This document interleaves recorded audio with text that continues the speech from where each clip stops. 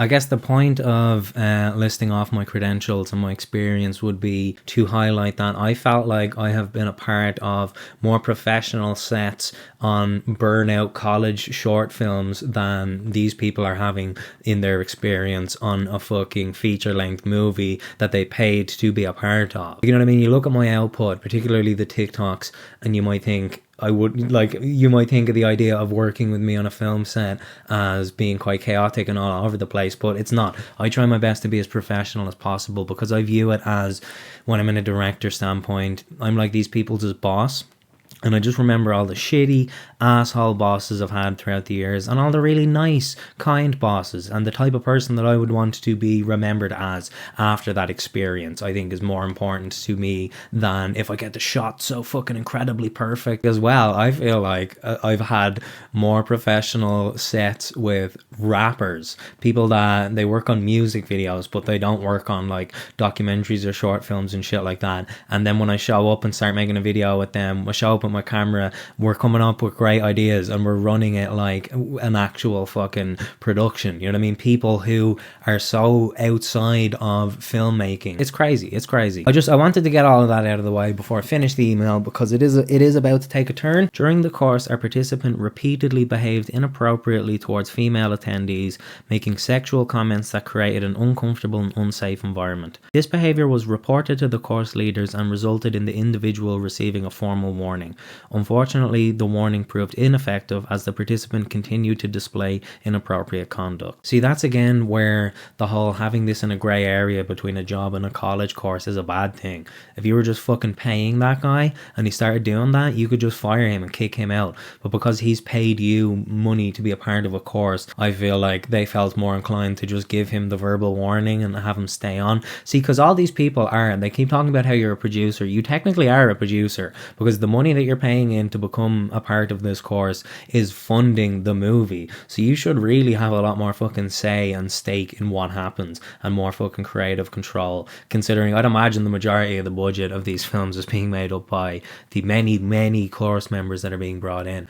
And if these course members are being made feel unsafe, it should have been a very quick decision to remove the participant doing that. No, it was negligible. The situation escalated further when this same individual became aggressive towards a minor on set. In response, one of the course leaders physically intervened, striking the participant. While the emotional response is understandable given the circumstances, the incident should have never been allowed to reach that point. It sounded like a boys club response of like a private conversation between the two. Now, don't be doing that, slap on the wrist, and then it's escalating to the point where they have to fucking slap them in front of everybody. It's that if you're going to slap anybody, slap whoever made the decision to keep this fucking guy on the course, because you had ample warning and opportunity to remove that guy and prevent the situation from escalating to that point. This sequence of events highlights a failure in the course's safeguarding procedures. The initial reports should have been met with a stronger and more decisive response to protect participants and prevent further harm. The escalation to a physical confrontation indicates a serious lapse in leadership and duty of care, particularly in an educational or professional setting involving minors. That's the thing, man. If you have children on set, there's different rules. There's everything needs to be run entirely differently. That's crazy. I'm just imagining that child being so freaked out. You know what I mean? That child is probably never going to want to fucking work in the industry again. Never going to want to. That child's probably going to have trauma towards the idea of like movies and filmmaking in general now. Not to mention the trauma of the course members witnessing that.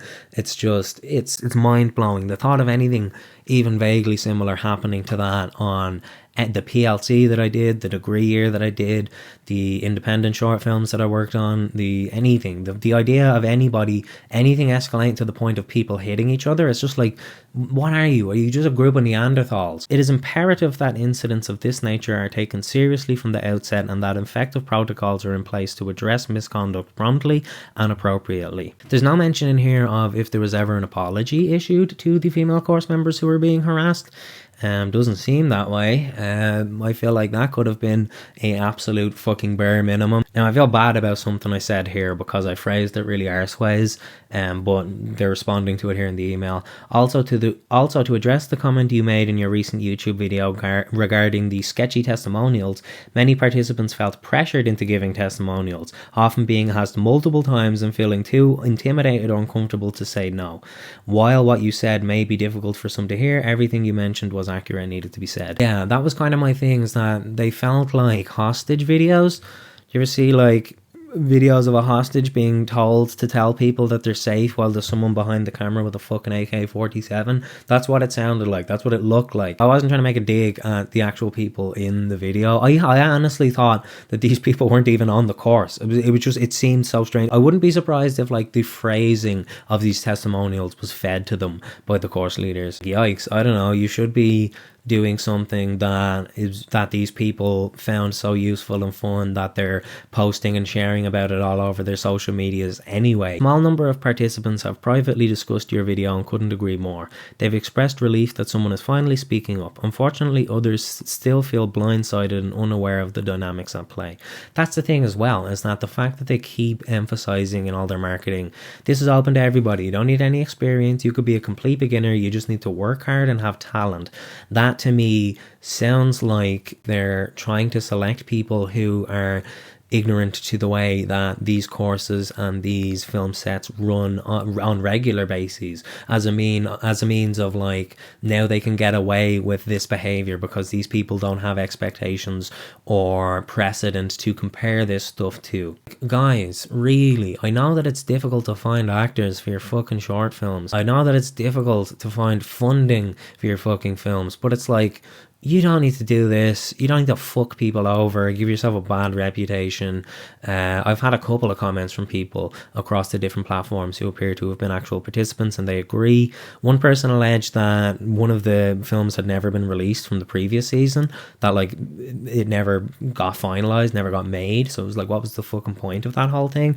Again, those comments and even every single thing in this email, I cannot verify to be fact. I do not know that it is fact. Everything that I'm saying in response to this sequence of events is my opinion. It is not to be taken as a definitive statement of absolute certainty. Just, yeah, it's sad. It's a sad state of affairs. I feel like this is something that I personally could have fallen for if I was like fresh out of my PLC around the time that this was coming out. I feel like I probably would have gone into it thinking this is going to be great. I'm going to get to produce a movie with well-known people. I'm going to get to network with actors. I'm going to get to, you know what I mean, do this, that, and the other. Whereas it wasn't anything. I want to circle back to the masterclasses actually, because they alleged that there's an actor, right, who they keep using in all their promo videos, who he'd be quite a well-known actor due to kind of crossing over to the other side of the pond, and that actor is used a lot in the promo videos. They were advertised as having a